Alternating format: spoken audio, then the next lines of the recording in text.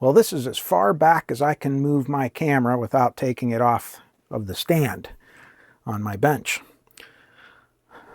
From Sonic Laboratories Incorporated, we have a Accuphase E-202 integrated amplifier and a T100 tuner. I'm really excited about this because I think this tuner is going to be pretty badass. However, all of these buttons and switches are just frozen solid. These ones will move, but they're really tight.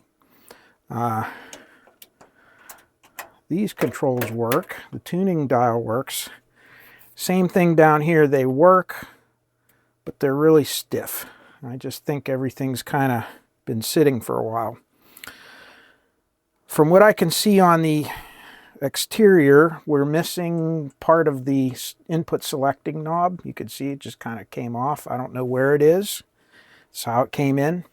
I'm missing one of the feet underneath, and I just stuck a rubber foot under there temporarily to hold it so it doesn't tip down.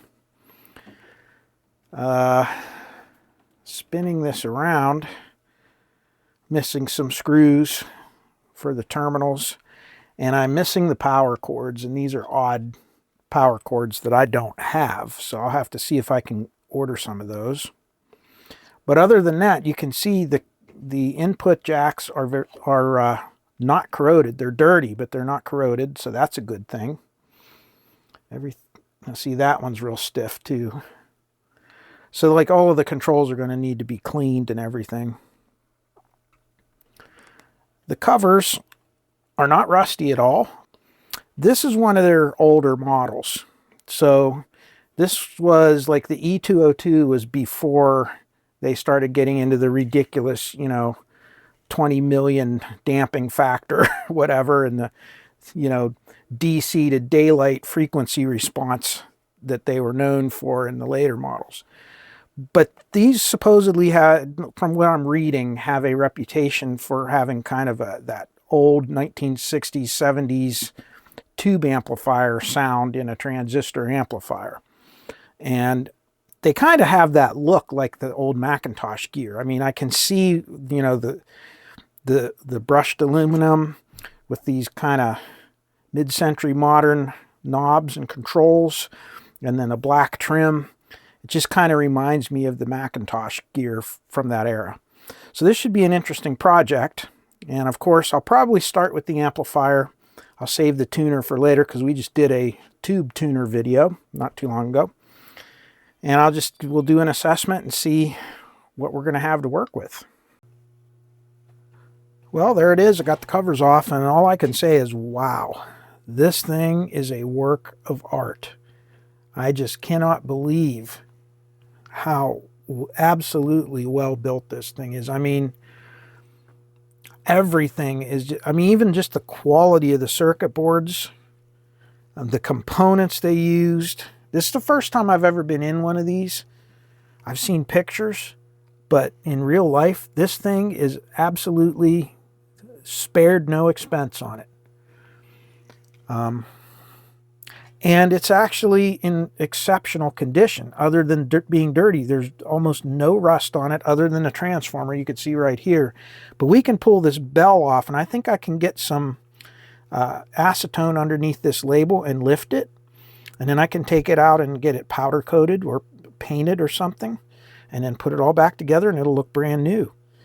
The rest of these components, look at the high quality. The transistors are all metal case transistors. So like looking over here, for instance, look at that. Look at these film capacitors they used. Extremely well built. So looking at this, how it is right now, I don't see any reason that I can't put this up on a current limiting tester and power it up and see if it turns on. So that's what I'm going to do. Okay, the first order of business, these plugs. I've seen these before on other items out there. I don't have this, and these are unobtainium to get. But the cutout on this is exactly the same as an IEC, And we could just use an IEC connector and use a standard IEC power cord and just not use the ground. And no, I would not hook up the ground. This was designed to not have a circuit ground on it, and I don't want to introduce ground loops. So I'll keep it the way it is. Just have a different form of plug that we can use an outlet, use an IEC cord on. And I'm just going to use my cheaters here. That should allow us to power it up. All right. So let's flip this around. Let's make sure this is connected to the correct voltage, and it is. There's a few of the terminal screws missing, but I have those. And those are strange screws. These are not M3 or M4, and they're not 632. They're actually M3.5 by 0.6 millimeter screws. And those are not ones you find very often. It's not a real common size, but that's what you need in these. But I have those, so that shouldn't be a problem either. All right, turn this around. Let's get you in frame so you can see all the smoke and flames. I hope not. And I have a 110 watt current limiting bulb right now. Flip this power on, and the little insert for this power switch is missing too, so we'll have to make one of those because I highly doubt you're going to find one. It's turning on. The light is dimming. You could just see it in the upper corner of the screen there. And it just came out of protect. And the lights are on. Wow.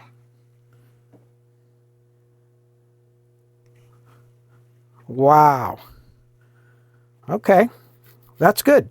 Well, maybe we can, let's just check a little bit for, let's see what we have for DC offset. Of course, if the protect relay came in, I wouldn't expect any offset whatsoever. Let's just put this here, and hopefully you can see it and there won't be too much reflection. 12 millivolts. 1 millivolt, my goodness. And this thing's, how long has it been sitting like this? Let's see, I have speaker A selected. So that's the actual offset. So now it's all the way, it's dropping down. Look, it's down to below, look. It's, wow. It moves around a little bit, but I would expect that. Oh, it just kicked out. I just heard it kick out. So there must be a leaky transistor or something in there, because I just heard the protect relay drop. And I see it did. It dropped out. So, okay, so there's a little problem of some sort, but not bad for starters. So my prediction is, and by the way, this thing even has polystyrene capacitors, on the preamp, for the phono stage. This thing's like, it's built. But we may have a couple of small signal transistors, or one at least, that's noisy. So we'll have to troubleshoot that. But this is going to be a really good candidate for a full restoration. Okay, so the protect relay dropped out after the thing was supposedly working. So what I want to do is, if there is a problem, I want to identify which channel it's on. And with this setup, we should be able to determine whether we actually had DC offset on one of the channels, or if it's just a fluke. Let's turn it on.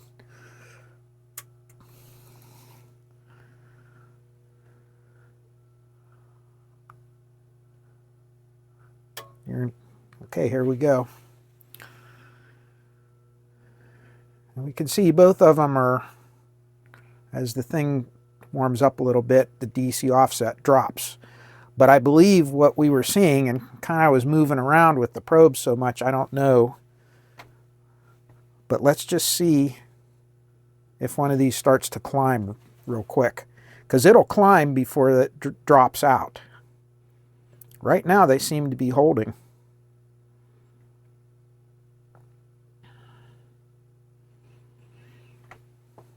I'll just leave the camera roll, and if I have to cut some out or speed this up or something, I will. But that way we'll catch it if it does it. I just turned the volume knob and you saw that. That means that we have a noisy control here. See that? That's scratchy control.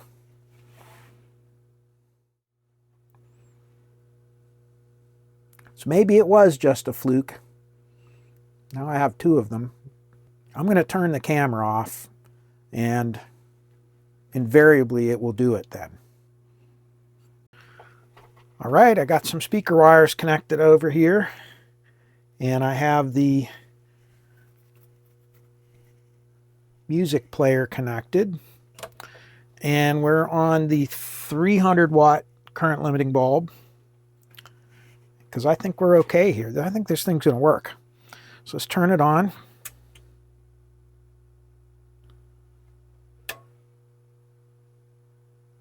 And there we go. Click, click, click. All right. So let's put Stranger Danger on, and let's see if this thing makes some music.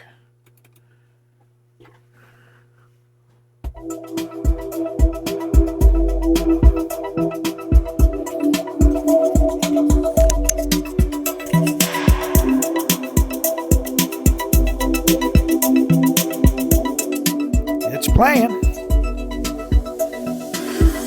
All right, let's play with some of these bass and treble knobs and so forth.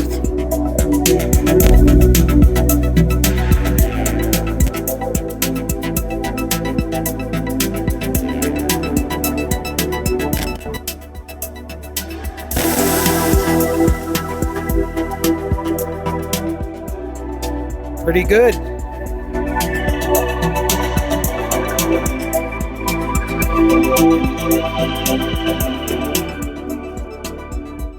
I think it's working. And that's right out of the box. I don't think we're going to need to do a whole lot to this. Only thing that concerns me a little bit is the amount of rust on the transformer here.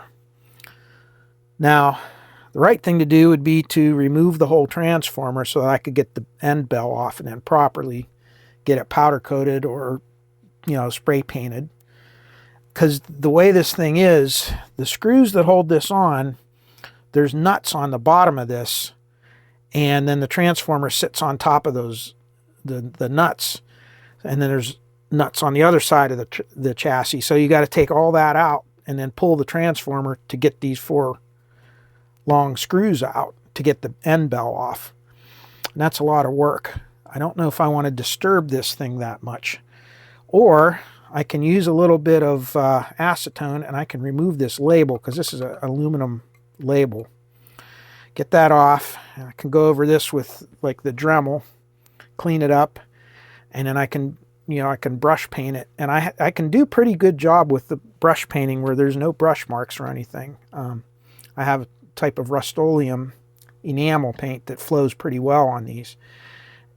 And it'll look decent, and I won't have to disturb anything. Okay, and so the restoration begins. So, got the front faceplate off. That was pretty easy. Had to remove this light bar here, which was a little bit difficult because that has the meter circuit on it too. And in order to do that, I had to pull these light spreaders out. And I'm going to replace these with LEDs, even though people hate LEDs sometimes. I don't like the temperature of these. LED or incandescent lights tend to create heat, which makes plastic parts discolor and get brittle and so forth. So even though you may not like the look quite as much, it's a lot better for the amplifier for longevity. And stuff down inside there is your speaker relay. You can see it. And I have the relay cover off, and inspecting the contacts, upon first look, they look to be absolutely perfect. but looks can be deceiving. So what we're going to do is we are going to test these using a very accurate meter that can read down into the milliohms.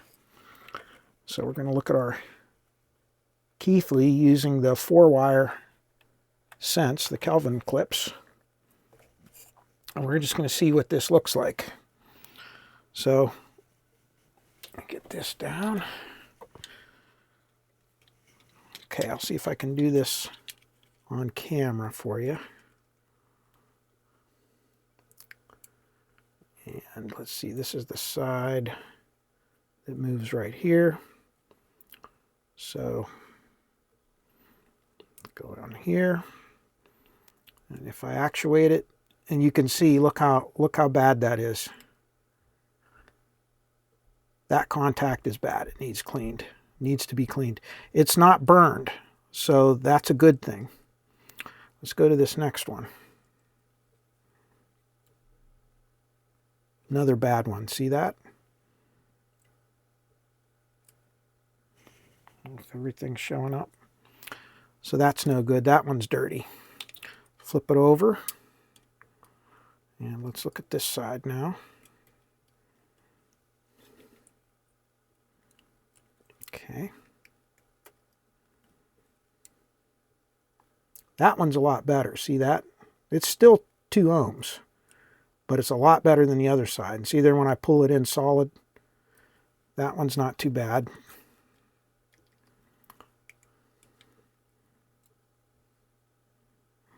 That one's not too bad either. It's a little bit jumpy. So really, out of the 4 sets of contacts, only one of them's pretty good. One of them's not too bad, and the other 2 are, well, they're bad. Okay, you're probably getting a better view of this than I am right now because I'm looking through the camera viewfinder, and you're probably getting a really sharp looking picture. Let's get a little better flashlight on here. We can really light this up. With shutter roll. Let's see. There we go. You can see it's not bad, but as I said, looks can be deceiving. Looking at this one, not too, they just need to be clean. So let's try to clean them off and see what we can get. Okay, I'm going to start out with some of this electromotive. You can see by CRC, and yes, it's all out of focus. So there you go. And it's very similar to brake fluid or brake cleaner, and it smells like brake cleaner and carb cleaner. So we'll just tear a piece of this cardstock off, spray it, get some of this stuff on there, just like that. And I'm just going to try to clean it off here a little bit. We just have to take our time.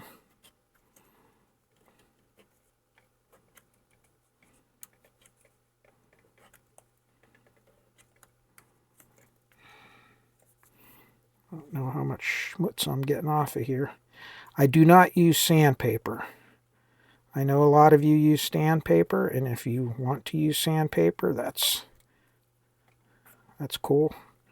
I just, after working with relays as many years as I have, sanding them with sand, even really fine emery cloth, like, 600 grit or 1000 grit, it actually is a temporary fix. It's kind of like using the rejuvenate function on a picture tube tester. It might work for a while, but the problem's going to come back worse. So if you can't just clean it like this, then most likely you need to replace the relay. Okay. Let's connect this up. I'm just connecting it back up.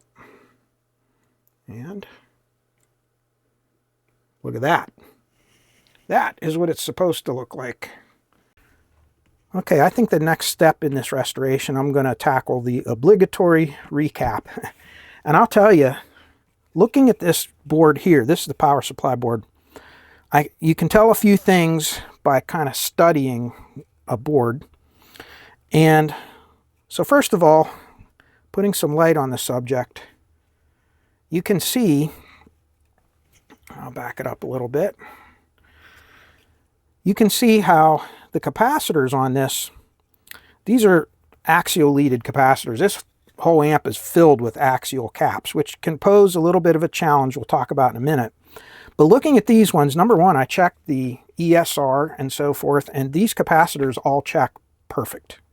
And I could just tell by listening to the amp that really this thing is still performing pretty much top of its game almost, you know.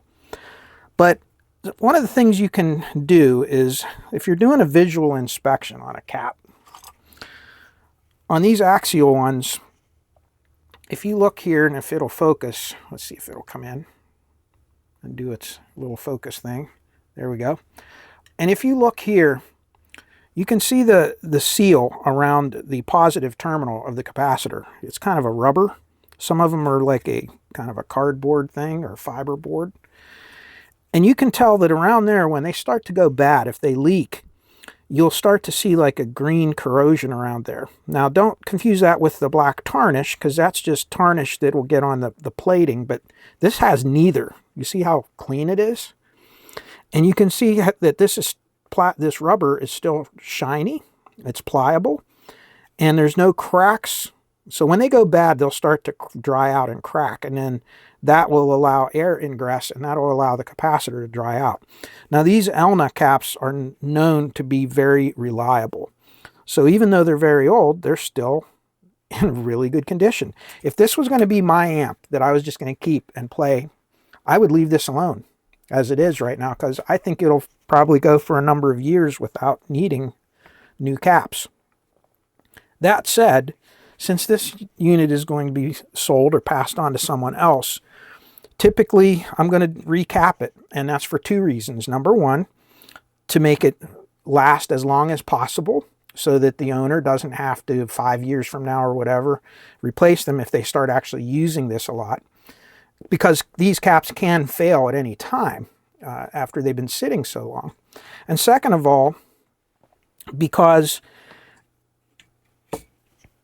these things usually sell more readily if they have been recapped. Everybody kind of expects a restoration to include replacing all the electrolytic capacitors. So that's, for those two reasons, that's why I'm going to do it.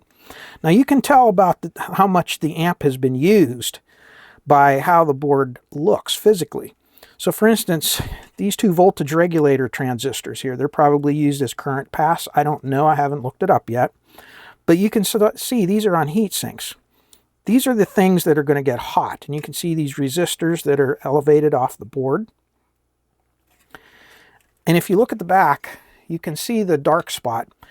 And all this is discoloration of the flux. So there's a coating of flux on the back of the board on this one. And that discolors with heat. And how much it discolors and what it does to the actual solder joints can tell you how much the amp has been used. So if you look here, these are still pretty shiny, and there's no cracks on them, with the exception of this one right here that's a little bit dull. When these things get heat stressed over years, these will start to get really dull, and they'll eventually crack, and you'll have to reflow them and clean it. The other thing is the physical board itself will start to discolor from the heat. But look at this. There's no discoloration on the front of the board and very little discoloration to the flux on the back. And this is a way that you can tell how much an amp has been used. Now, it's not going to be a super accurate way of knowing, but definitely means this thing probably has low hours. And that's a good thing for something that you're going to, for a collector's piece or for something that you want to use for years to come. Now, another challenge if you're going to do a restoration on one of these is, as I said before, the use of all these axial leaded capacitors. they're very expensive when you compare them to a radial leaded capacitor. So if you take a 100 microfarad 100 volt radial capacitor, they're very inexpensive, less than $1 in most cases. Even high quality ones are not that expensive. But as soon as you go to a axial leaded, these are a lot less common anymore. They're kind of, the industry has gotten away from them years ago, and these are now getting really expensive, especially if you want a name brand high quality capacitor. They're still out there, but there's not as big of a variety as there are of the radial leaded. And when you do find them, they're anywhere from 2 to 4 times more expensive than the radial version of the same cap. So expect to spend 2 to 4 times more on your capacitors if you're going to recap one of these with the original style to keep this look. The other thing is, if you can put a radial cap in here, but it's going to stand proud of the board like this, and there's a good possibility that you may have clearance problems depending how the boards are mounted. The other thing is, you're going to be bending the leads out to get them into the holes, and that kind of looks janky, but you can make it look neat. And then they're going to always be wobbly unless you secure them with silicone or something like that. So you'll have to keep those things in mind, but it is possible to do that if you can't find these. Now, I was able to find good quality, Nichicon and Vishay and so forth, axial leaded capacitors. So we're going to do that, and that's going to keep the original look of this. But these Elna caps are very good quality. It's not uncommon for them to be in this condition. Even on a heavily used amp, they hold up really well. And so whenever you see these, they're a little bit less of a concern than some of the other ones that that have a reputation for leaking. Power supply board is done, and really all it needed was to have the capacitors be replaced. I used these MOD. These are really good capacitors, I found. I mean, just from testing them, they're excellent. The only problem is you can buy them on Antique Electronics Supply, which is tubesandmore.com. But they only make these in a few different values and voltages. There's maybe only a dozen to 15 different capacitors they make, and they're very specifically made in the values that are common in certain guitar amplifiers. So this is really, that's what that company caters to. Extremely high quality caps, but very limited. So they just happen to have the 100 microfarad 100 volts, so I used them for this. And then the rest of them I used Vishay for the most part, and Nichicon, and all real high quality caps. So this thing will be good for another 30 years. Moving on to the amplifier board, there's really only 3 capacitors that we have to replace, and look how scorched this one is from being a sandwich in there. So what I'm going to do with that one is I'm going to use these automotive grade 1 microfarad 63 volt film caps, and they are designed to be in this type of a hostile environment. So I'm going to replace that. And this one here, I have 2 different choices. I have an 85-degree Vishay that should be good, and then I also have a 105 Rubicon that I might use simply because if I place the positive right up here and then move the leg down here, that'll get this one up away from these resistors. Obviously these things run pretty warm, so the further we can keep those away from capacitors, electrolytics especially, the better. So that's what I'm going to do. Another thing I noticed, same thing on the other channel, all of these little screws here, these for the mounting hardware for the transistors, have all corroded really badly. And I don't know if it's because of the thread locker they put on there. It's probably the thread lock they used corroded the metal really bad. So those need to be removed. And I have some new direct replacement stainless steel hardware that I'm going to put in there. And that'll keep that from happening again. All right, the first channel is done. And like I said, these screws were really kind of cruddy, rusty. So I put some new ones in, cleaned up the board, new capacitors, and I replaced the pots.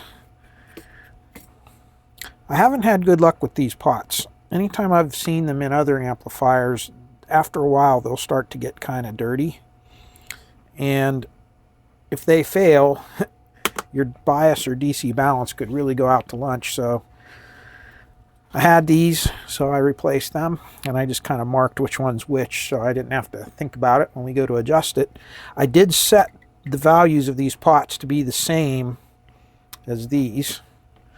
I ended up going with the radial lead capacitor here because it just seemed to fit there better. And everything else, pretty much, you can see it.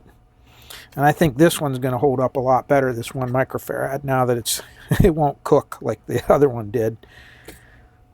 Should probably test it, see what kind of shape it is. Let me test it real quick. And there you go. Our 1 microfarad capacitor is now a 283 nanofarad capacitor. And I checked the ESR is not bad on it, and neither is the leakage. But obviously it's really depleted quite a bit. All right, looking at channel number 2, it looks pretty much identical to channel number 1. So I'm going to give it the same treatment, and I'll show it to you when we're done. And here's the other one all done. And one little note, if you're going to use the stainless steel screws, solder will stick to them, contrary to popular belief. But we had to enlist the help of the audiophile. And what you want to do is you want to just take the screw and file off the outside coating of the stainless steel screw, kind of get that oxide layer off and kind of rough it up a little bit, and then maybe even use some sandpaper like you would use for car bodies and things, and kind of abrade it. You want to use a really hot iron, and the best thing is if you use acid flux, but it's not strictly necessary, but it really helps if you have it. So kind of flux that you would use for brazing and stuff like that. Put some of that on there, and then of course clean it thoroughly with alcohol. But once you do that, you can get pretty good results, and it will stick, it will flow around and everything, but you just have to know that when you do it. So anyway, it's all done and we're all set to go. Back to this power supply board real quick. I forgot 2 of the capacitors. You may have picked that up on the in the earlier part of the video. I forgot this 3.3 at 50 and this 4.7 at 25, and that reminds me, several of the capacitors on this board are non-polarized or bipolar capacitors. The 4.7 at 25 is a bipolar cap. The 100 at 16 is bipolar, and I think that's it. Yeah, those 2 are non-polarized. All the other ones are, where am I wrong? Yeah, those are it. So essentially this one and this one are non-polarized. You just have to remember that.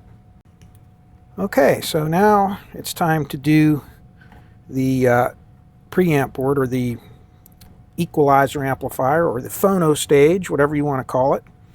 And this one's pretty simple. You just have these caps over here. All these film caps are highest quality. I won't touch them. The polystyrene capacitors, they never go bad, or very rarely go bad. So all of that's going to be able to remain, we're not going to touch any of that.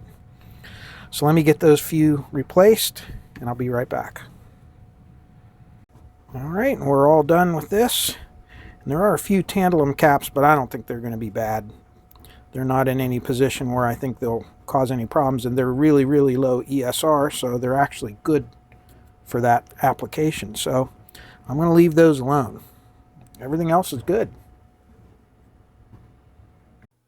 Okay, it's really hard to see, but back in here, I pulled the 2 tone control boards out. I think that's what those are. And you can see back here are the push button switches, and also another couple of selector switches for the tape inputs. It's really hard to get in there. So what we're going to have to do is we're going to have to give this thing a colonic.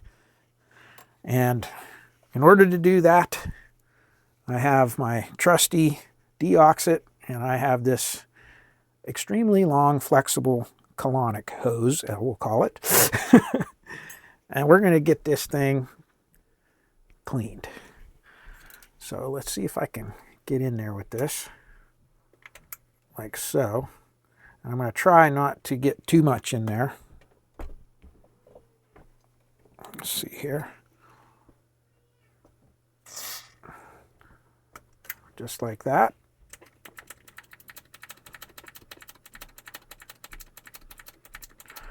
Unfortunately, there's no other way to get in there without a lot of disassembly that I'm not really interested in doing right now. So we're going to do it this way. Okay, let's get this one. Trying not to get this stuff all over the place either. A little bit of it's going to come out, but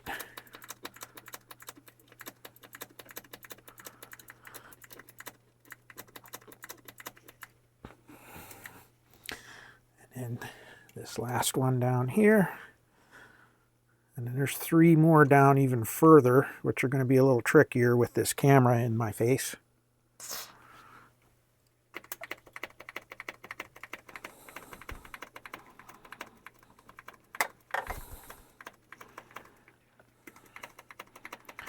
So let me get down in there and get to those other ones. I can see them, but I don't think I can get this on camera, so I'll clean them in the same way. Okay, while I had this board out, I changed those 4 capacitors on there. Everything's all cleaned and ready to go. All the contacts are cleaned. Really wasn't that bad. So the only couple things left to do is a few cosmetic things. We're missing a bunch of terminal screws back here for the speaker terminals, as you can see. So what I did was, those are not normal sized screws. And they're not an M3, not an M4, and they're not a 632. They're actually an M3.5. So I actually had to order some because I didn't have any. So I got some of these from McMaster Carr. And they're M3.5 by 6. You should be able to see that there. And got a pack of those, and I will replace with all new terminal screws. So we'll put those in and clean the back of the back plate up a little bit, and then we'll be right back. All right, the back face plate is cleaned and screwed, and we are now ready to tackle the next thing that I want to deal with, and that is this power cord thing down here. Now, since we don't have the original power cord, I'm going to make this a little more friendly towards modern power cords by putting this one in, which is a direct replacement. The only thing is I'm not going to use the ground terminal, and the reason I'm not going to is because this did not have a ground terminal. So we're going to keep everything original, but you can use a regular computer power cord. So let's get that replaced. That's only 2 screws. It comes right out. Easy to get to. So I think we'll get that out of there and get the new one in. All right, so that's swapped out. And now we can put one of these nice big heavy 16 gauge wires in there, like off of a computer. Actually, this one doesn't even have a center prong on it. And that one has the center prong in there. So I can't even put that one on. I'll have to use a different one. I think I have another big one like this someplace. Let's see. Here we go. A 16 gauge with ground that we're not going to use the ground. There we go. Another big one. And that one's got a center on it. There we go. That is much better. And we can easily remove it just like the original one. And there you go. Okay, now I'm going to tackle these capacitors here. I'm going to replace this one. These 4 I have on order. They should be in this week sometime, so we'll come back to that. But after I get this one replaced, I think we're ready for another test. And I'll probably put the faceplate on. I'll clean it up, get it ready, clean the knobs, get them put together. And then the last thing we'll do is these, because those will be the last things to come in. Okay, I have no idea how long it's been since the last time I filmed something here. It's been a couple days, I think. Everything's running together because it's been so busy at work. So, it's all assembled. We have the face plate all cleaned up, and it looks really good. And the knobs cleaned up really well. They look brand new. So, I ended up, if I didn't already say this before, I painted the end bell up here, and you can see it. It didn't turn out too bad. I did have to brush paint it because I didn't really want to spray it. The problem with this transformer, to remove it, if you wanted to take the end bell off, you have to take the screws off the bottom of the chassis, remove all the wires, lift the whole transformer up out, and then take the nuts out off of the bottom of the transformer. So there's like two sets of nuts, one on the top of the chassis, one on the bottom. So you'd have to get this all out. And I really didn't want to disrupt the original wire harness in here because it's so well done. It looks so professional and it's so original. So I opted for the paint job, which isn't perfect, but it looks so much better. We got rid of all the rust. I was able to sand off most of the rust. There was a little bit of pitting along the side here, which mostly came out, and the paint pretty much filled it in. So it should be good enough. This is an interior thing. You're barely going to see it. So I'm not going to worry about it being absolute perfection. Now, I talked with Dave, and we're not going to powder coat the covers on this thing. They're not too bad shape the way they are. And when we look at the time constraints of doing that and the added expense to what we've already spent on this, probably better off not to do it. So we decided not to do that. These capacitors should be in tomorrow, and I'm going to replace those, and that'll complete all the restoration of this. Everything else is cleaned. All the controls have been cleaned. So I'm really ready. Plugged in this power cord here. I'm ready to power it up and see. Now, there is one thing I am going to do when I get a free Saturday here, maybe this weekend. I'm going to go on the lathe and I'm going to turn a little piece of probably ebony wood and make a little button insert for the power switch. And then I'm going to make a matching like flat knob that will attach to this to kind of take the place of the black plastic flat knob that was on there originally, which was missing when we got this thing. And that should complete all the restoration. Right now, I'm mainly worried about if this thing's going to power up and work. Don't do what I did, okay? I did the full restoration start to finish, and I never powered it up and tried it once, okay? I'm fairly confident that if I introduced a problem to this, that I'll be able to find it pretty easily. But really, the better technique, if you have the time to do it, is restore one board, power the amp up and try it. Make sure it works. Once you know that works, then you didn't introduce anything, go to the next board and build it and work your way through and test it each time. It's more time consuming that way to put everything together and keep doing that, but it will, if you're not really skilled in troubleshooting, it'll help ensure that you didn't put a problem in there somewhere along the line and then you can't find what you did. So that's just my recommendation. But if you're confident that you can find the problem, to me, it's a challenge. If I put something in here wrong and this doesn't work, well, we get to work on some troubleshooting skills, right? No big deal to me. Anyway, let's power this thing up now and see if it works. Okay, so let's turn on the isolation transformer. I'm just going to go with the 300 watt current limiting bulb that's clear back there. It's behind this variac that I'm restoring right now. And let's turn this on and let's power it up and see. You know what? Let's get right over top of this protect relay and see if it pulls in.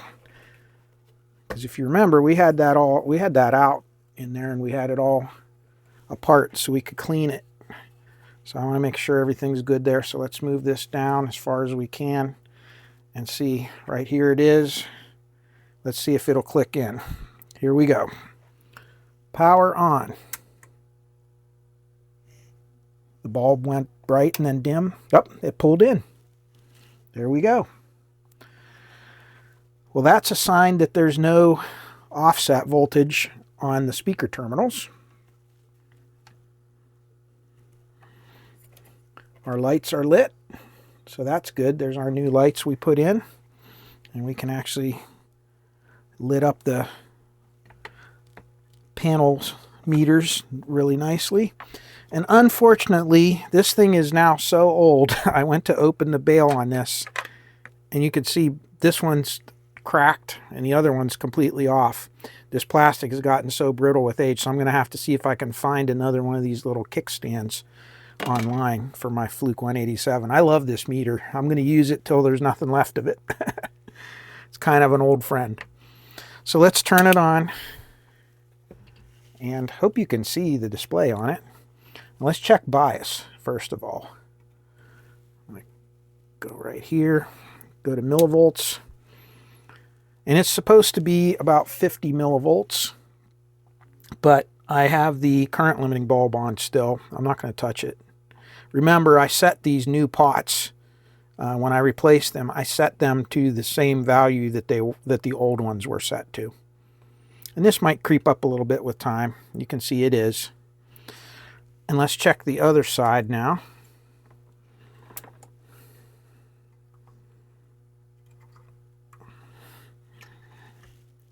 I believe these are supposed to be 50 millivolts. So they're a little bit low, but not bad. So that's good. It's running a little bit cool. This one's starting to creep. And as it warms up, it'll stabilize. You have to leave it warm up 10 or 15 minutes at least. Now let's check for DC offset. So this is the first channel here. Ground is I think the outside one. And I think this is your positive. Not bad. Only about 6 millivolts or so. Let's look at the other side. Go down here. As I try not to bang the camera and knock everything over. Let's see here. There we go. It's about the same. So again, we just need to let this warm up. I think it's safe to let this thing off the leash right now. So what I'm going to do is I'm going to go off of current limit. And I'm going to put full power to this. It seems to be working just fine. Nothing seems to be running away. And you can see how it's creeping down. So that right there kind of shows that everything's kind of working. Everything's thermally tracking as it heats up. So let's go to full power, direct.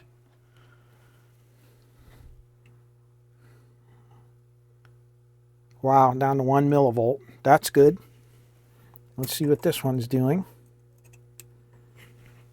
It's only about 5 millivolts, so we can touch those up. But that's going to jump around. You're not going to notice that. Anything under 10 millivolts is fine, in my opinion. You won't hear it. Okay. And look at that. We're right close to that 50 millivolts, aren't we? So with full power on this, that tells me this thing was perfectly aligned when it hit the bench, because I haven't had to do anything. This one's a little bit hot. See that? So we'll turn that down. And I marked the bias is this pot right here, and the DC balance is the one towards us here. So I'm going to adjust this. Let's see if we could drop that down to around 50.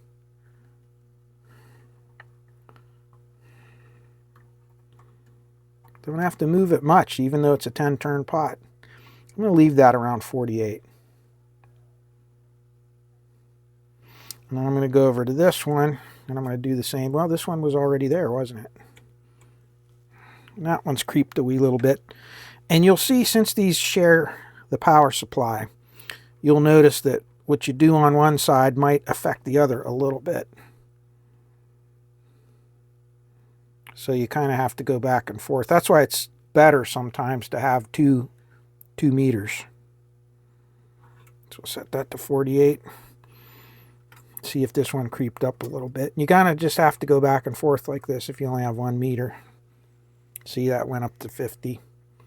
So I'll drop this a little more. Eventually, you'll kind of get equilibrium there. You have to do less and less adjustment.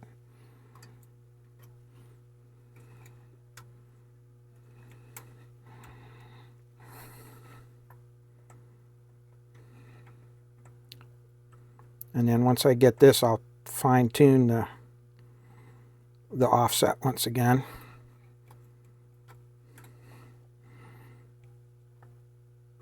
These are going to move around a little bit, and that's kind of how the thermal tracking works on these.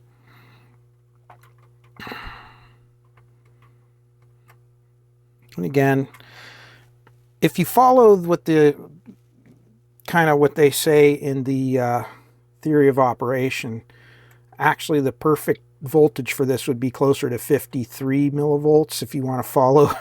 But I always run them a little bit cool. I always run them a little bit lower than what they recommend, and it always works out perfectly. Give you a little, it'll make the amp idle a little bit cooler, and you're not going to really hear the difference a whole lot.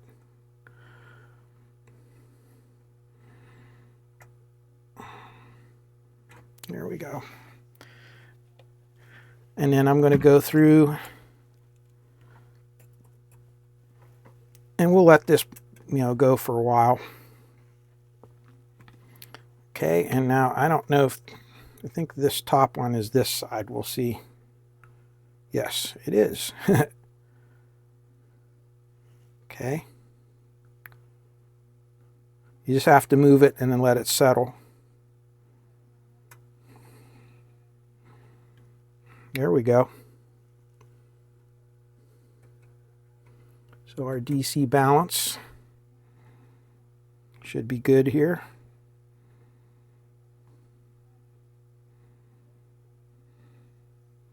I think that's really good there. And it's going to creep up and down, up and down. That's how these things work. Again, they're semiconductors. They are very temperature sensitive. And this one's good already. Well, might as well. There we go. Just had to touch that up just a little. That's good enough for now. And like I said, this will creep around a little bit as it heats up. And that's what it's supposed to do till it gets to its kind of its idle temperature, its happy place. And I think we can, let's hook up a sound source and see if we can get it to play some music. Okay, I have speakers and a sound source connected. I have noticed that on the power supply board, these two regulator transistors are running really warm, and that's because they have really small heat sinks, and I can't really hold my finger on them any length of time. That's starting to get too warm. See, I can't really, to me, that's kind of a sign that they're running warmer than they should be. And part of that could be as transistors like this age in those positions, when they're like current pass transistors, their gain will drop, and that's what will happen there. They'll start getting hot. So sometimes just replacing the transistors with new ones it'll run cooler. We may try that here. I might do that, but I just want to try this now to see if it works. So let's turn some volume up, and let's start up our Stranger Danger, and let's see if we get some sound.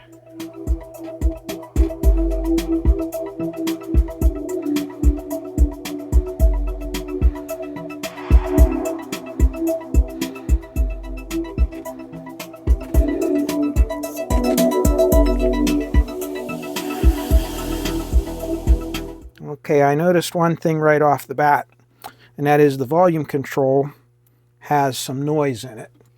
And let me turn this off for now, and I can hear it just a little click. Now, this is a sealed potentiometer. It's a very high quality one, and getting in there to clean it may not be that easy. So we'll work it back and forth a few times and see if that straightens things out. And if it does, great. If it doesn't, then we're going to have to try to clean it. But usually these don't get dirty. The don't get too bad. They'll get a little bit of a, just need worked back and forth. So let's start this back up again. And that's better.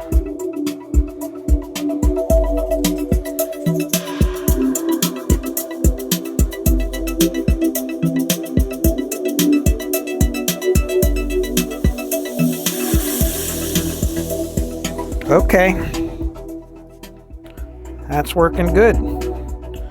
And meters,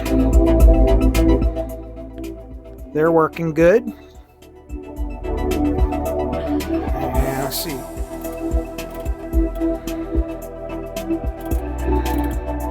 See here, bass treble on. That works. Did you hear those clicks? I cleaned these pretty thoroughly. I mean, even with a cotton swab and everything, but you can tell they still need a little more attention. That's why we test them out. Balance pot's working fine. The stereo and reverse and mono switch is working good.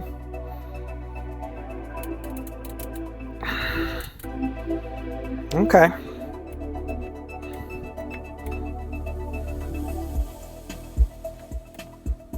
Okay. Those all work. The filters, no clicks there. So just the bass and treble. The bass is the main one that needs to be cleaned. See that? We have to clean that. Treble is good.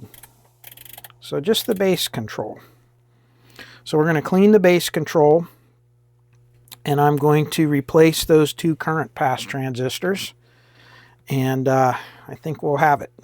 Okay, what I'm going to do is put a few drops of this D100 here, and red stuff. This is not concentrated. In other words, it doesn't have a cleaner in it. It just has the deoxit lubricant. I'm going to put that on these switch contacts, just a drop on each side. And then I'm going to work it back and forth, and we'll see if that takes care of it. Because I really did clean and polish these quite a bit. We'll see if we can look and see if I did a crappy job or not. Yeah, I'm not going to hold anything back from you folks. That's how we all learn together, right? Okay. So, I mean, it looks really clean. But somewhere, one of these is probably a little bit dirty, so I'm going to put a drop on this side.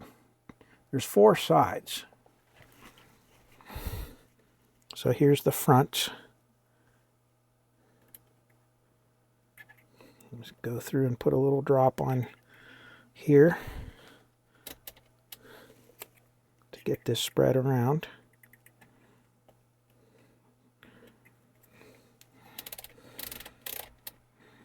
Let me get on the center wiper here. There we go.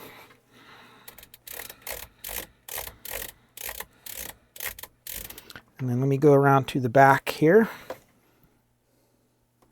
And I'll put some on the back contact.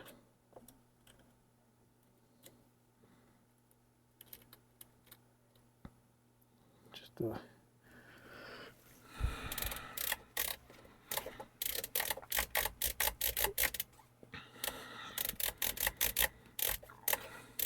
and that'll really coat it. Now, if you go on to, what is it called? Applied Science. Yeah, that's the name of the YouTube channel, Applied Science, and I forget the gentleman's name there. I can see it, I just can't remember it. He did a episode where he replicated this chemical compound. He made a homemade version of it, and then he applied it to a piece of sheet metal to kind of test its anti-corrosive and anti-moisture properties. And it was surprising how well this worked. And that's what this is for. It's for metal contacts like this. And it actually stuck. I mean, it stayed on there even when he washed it with salt water and stuff. I watched the video a long time ago, but if you go back and look through his videos, you'll see he actually breaks down what this is made of, and he makes his own home brew of it, and it actually worked really well. So check that out. It'll give you a little idea of what this stuff does and how it works. And again, I don't think I need any on this one. I mean, I'll put a drop on each one, but it doesn't really need it because like I said, I treated these. I thought I did anyway. I cleaned them really well, but I just want to make sure they're just okay. Again, it's been a while. It's been a few days and a lot of service calls since I did this. So okay. All right. Let's turn it back on, and this time, let's see here. And this time, I'm going to just plug it in to the bench outlet because we know this thing's okay now, so we can give it full power, and we don't have to listen to the buzzy transformer. So let's turn this on, and there we go. Okay, and let's play some music again.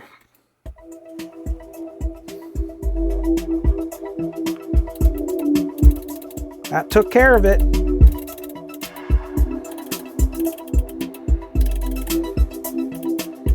Perfect. And the volume is working.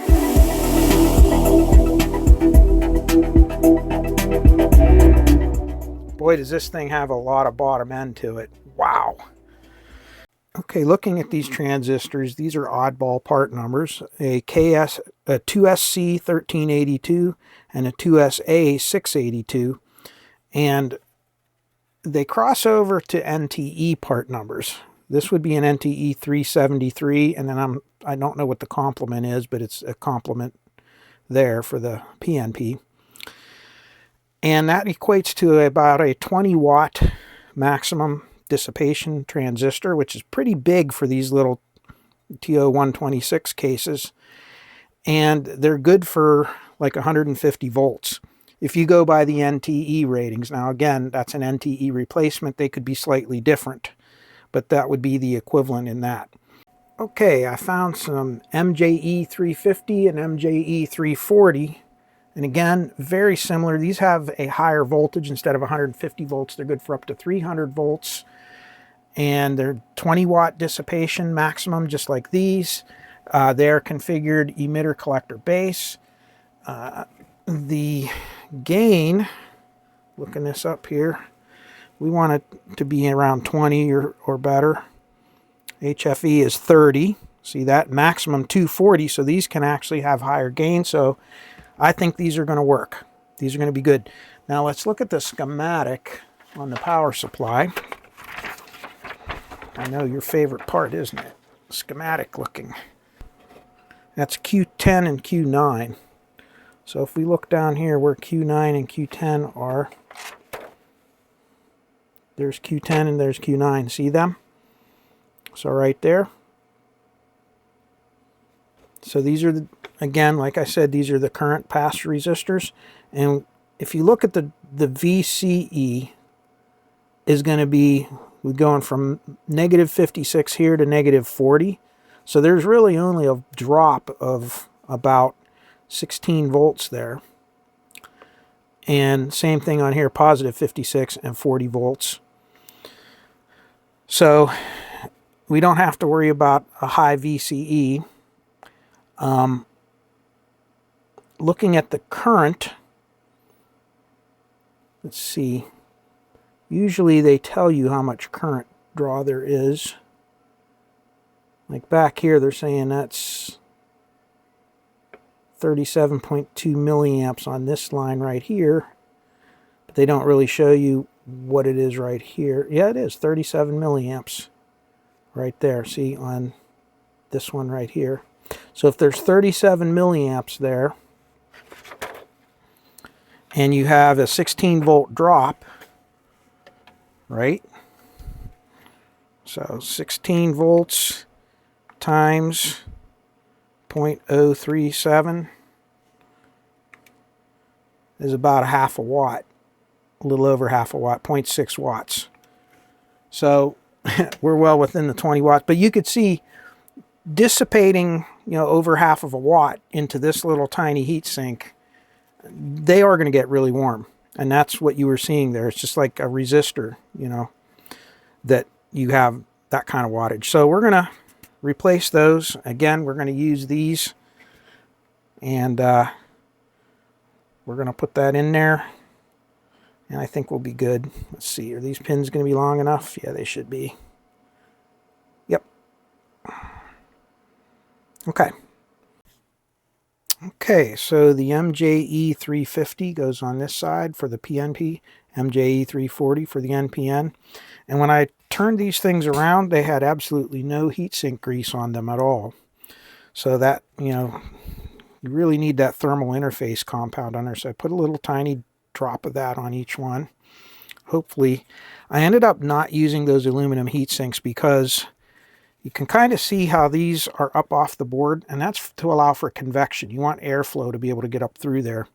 And that one that was in there, I just wasn't able to get them mounted in there properly. I couldn't get them in there securely enough. The legs weren't quite long enough, so I ended up choosing not to use those after I looked at it. And I think by putting some thermal compound and having a little bit better gain and newer transistors, these should run okay. Cleaned up really nice. And so we're going to check it out now. I just want to make sure my voltages are all good. Okay, hopefully you can see this, and we'll see now if Tony embarrasses himself or if this actually works. So let's turn it on, and it turns on. Relay comes in. So let's look at the emitter of the PNP side, which would be your negative 40, and there it is, dead on, negative 40 volts. And let's look at the positive 40, 39.99. How do you like that for a regulated power supply? So now what I want to do is I'm going to let this cook for a little while, and let's see if it's still going to get warm, because you're dissipating, like I said, you're dissipating over half a watt. But what I don't want is this to be so hot that you can't even touch it. So I can feel right now, these aren't even, I mean, they're lukewarm. They're just barely lukewarm. That's what they should be like. Anytime you have these old amps, the real notorious ones for this is going to be the Pioneers. On their power supplies, these little pass transistors, when they get old, they will get blistering hot. I mean, like burn your finger blistering hot. And when you replace them with modern new ones, they run a lot cooler. They'll still get warm. They'll get really warm to the touch, but they will not, you won't leave skin on there. Yeah, this is so much better. I'm just going to let it sit here while we talk a little bit. I'll keep checking it, but they're not getting nearly as hot as the other ones. Yeah, look at that. I feel much better. I'm glad I replaced these. So there we go. Okay, turning our attention to these capacitors. I installed a Vishay 125C 330 at 100 volt cap to replace the old one. So that will last as long as we ever need it to last. And then I finally got in the main filter caps. There's 4 of them. And I'm using, again, Vishay, and these are 18,000 hour caps. These are really good quality. They are all measuring, they're 10,000 microfarad at 63 volts, just like the originals. And they're all measuring about 10,600. And the ESR is extremely good on them.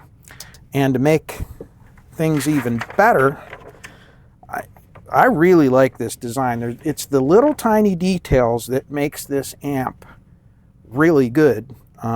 It's not, I mean, the circuit topology isn't much different than anything else you saw from this era, but things like when you look at the power supply here, the main filter caps, which are the 10,000 at 63, if you kind of follow the wiring, it's a little bit hard to see in here, but if you look, what they're doing is, this is not a dual power supply. It's got a single rail power supply, or single power supply for both channels.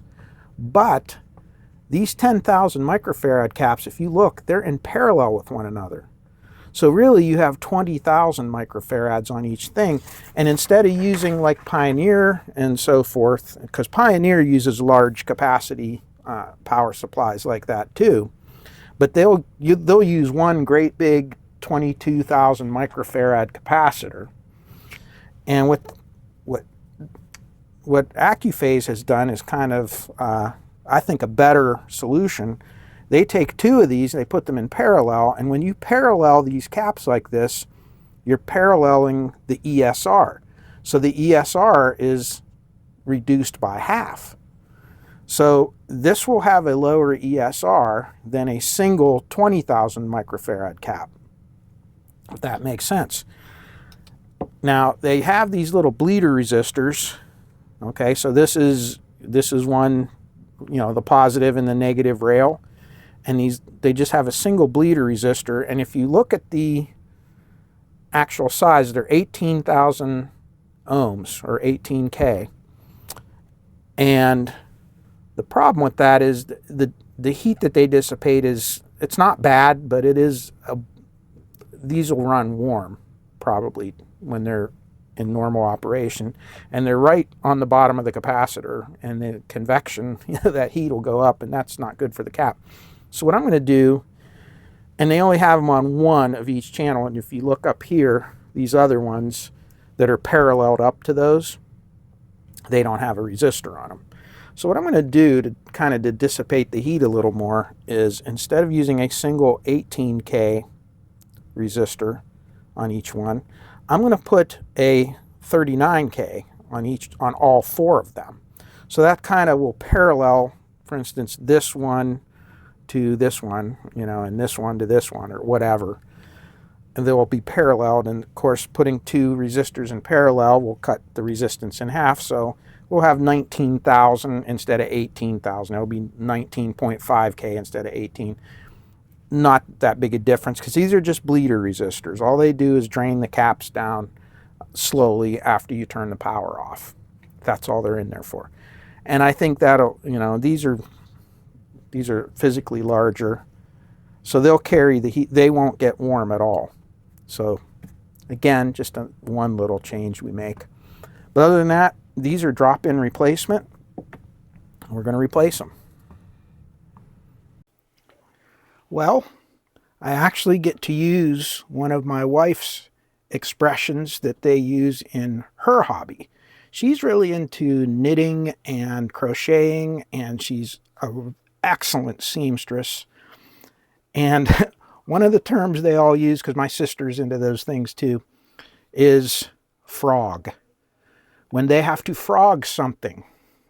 And I said to her one day, what the heck does frog mean? Ribbit. Rip it out. Rip it all out. When you miss a stitch somewhere, and the whole thing just compounds and gets worse, and then you have to rip everything out. You ribbit. You frog it. Well, I actually had to frog this. I had everything wired up. The capacitors were almost done, and I realized, and I always check my work, and this is why, this capacitor was in backwards. So I would have applied 55 volts backwards across this cap, and I probably would have ended it in pretty short order had I done that. So I had to frog this terminal strip, and we're going to reverse everything, and you can see the mess I have now. I ended up having to replace these wires because they were a little bit short, because unwrapping them, they get kind of work hardened and they get ruined from the heat. You see how this one is? So I may have to replace a couple wires in this harness or find a little bit of extra slack.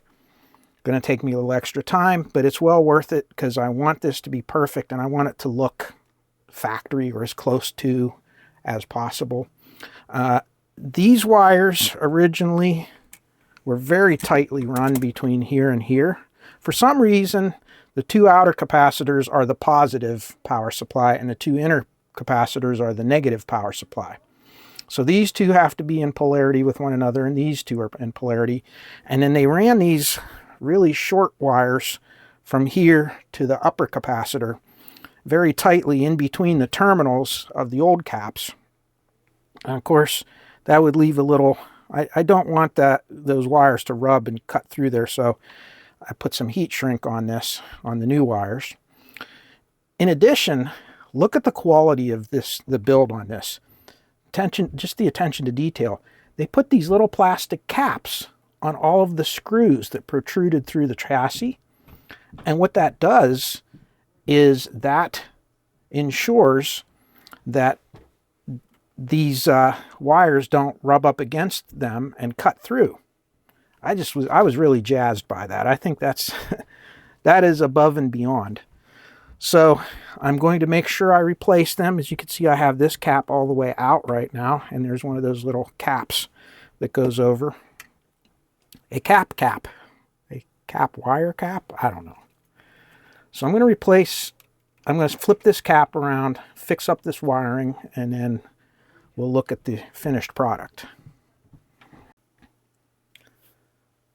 Okay, so after some grumbling and then followed up with some patience, I was able to successfully frog this one and flip it around and then finish all the wiring, and I think it turned out pretty good.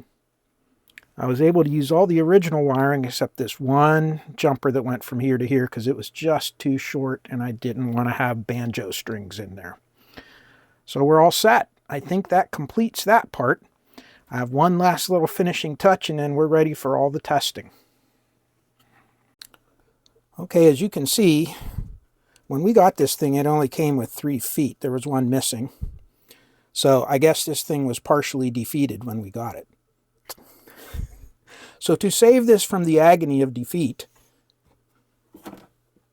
I got 4 new ones. They're not the same as these, but they're going to work perfectly.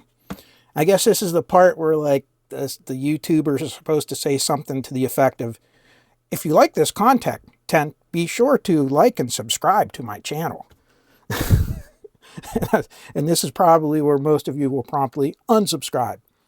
Anyway, let's get these on and I'll finish cleaning up the covers and I'll show you what we did on the front. Well, here it is all put together, and I must say it cleaned up really well. With the exception of a couple little scuffs on the very top cover, which we'll put on here in the end. The side covers and the bottom cover are perfect, and they polished right up. The faceplate and the knobs came out good. There were a couple of pretty bad scuffs on the side of these 2 trim pieces on the corners, and I cleaned them up as best I could, but obviously something got banged into on this side and kind of scuffed it. Here's the new filter caps. You can see they fit in there perfectly. I repaired these 2 buttons. For this one, I turned these both on the lathe. This one was, I used a couple pieces of scrap wood I had from pen turning, you know, because sometimes I do pen turning. I make pens. So this one I turned on the lathe out of macassar ebony, which is ebony wood with kind of some brown striations in it. And then this was a piece of Gabon ebony, which was very expensive. And I inlaid some brass for the pointer. And then I think that looks pretty good there, and that's probably never going to break like the plastic one did. I think it turned out pretty good. Not too bad for something made up quick. Let's look at the performance. Okay, we have our 1 kilohertz signal, and I'm on 20 volts per division, so this is going to be checking full power at clipping. Pay attention to these 2 numbers here, because the RMS voltage is what's going to tell us how many watts it starts to clip. And if we go up here,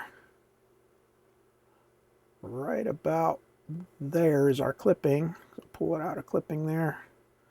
So I'm right at about 30.4 volts.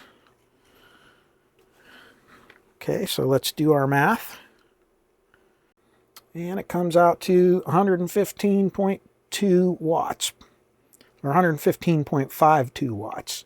So 115 watts per channel, and this is a 100 watt per channel amp. Let's look at the distortion.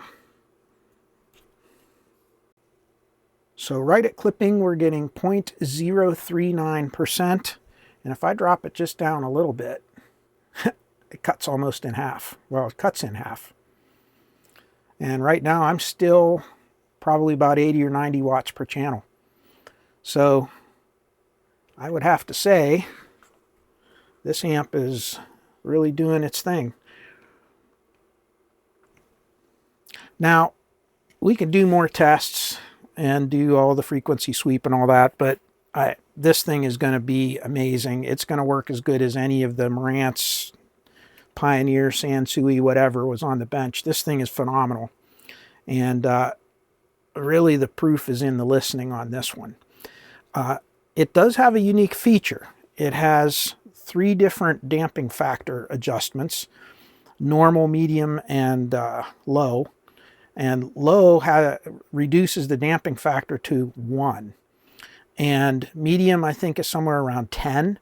And normal damping factor, I think, is somewhere around 50 to 60, somewhere around there, which is kind of normal for a transistor amp. Why did they do that? Well, by changing the damping factor, it'll kind of mimic what a tube amplifier does, is kind of was the thought process, I think, when they did that. Because tube amplifiers or valve amplifiers have very low damping factors typically, and some people desire that sound. How that works, what it has to do with anything, well, that's another video, I think, because that would take a little bit of time to demonstrate that.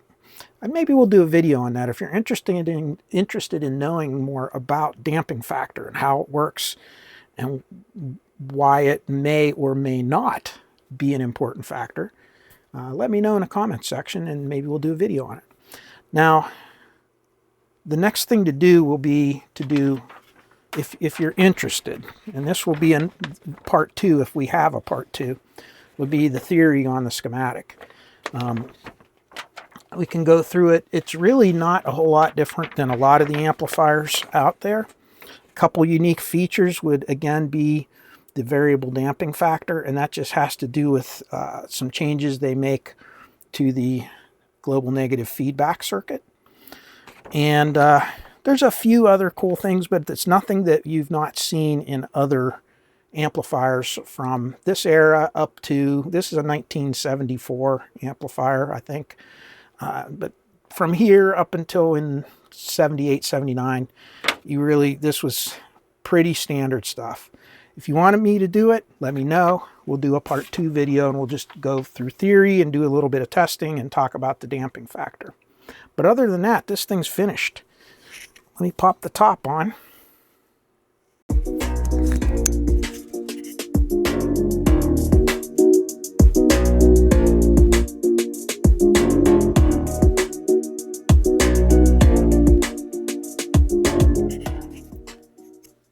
Well, one thing I'll say about this is you don't need the tone controls. They could just remove these 2 controls altogether and it wouldn't matter. If anything, this is a very bass-heavy amplifier, and they were known for that. But it sounds really smooth and has a really classic sound. I really like this amp. Definitely built like a tank. So that's it for this video, I think. This one's ready to go. And until next time, I wish you all peace, joy, happiness, and good health in your lives. And I think I'm going to get the matching tuner to this on the bench next. Get it done so that I have the pair. And I think we'll be good from there. So take care, everybody, and we'll see you again real soon. And next video will come out as soon as I get the time to do it, because things have been kind of busy lately. Take care, everybody. Bye-bye.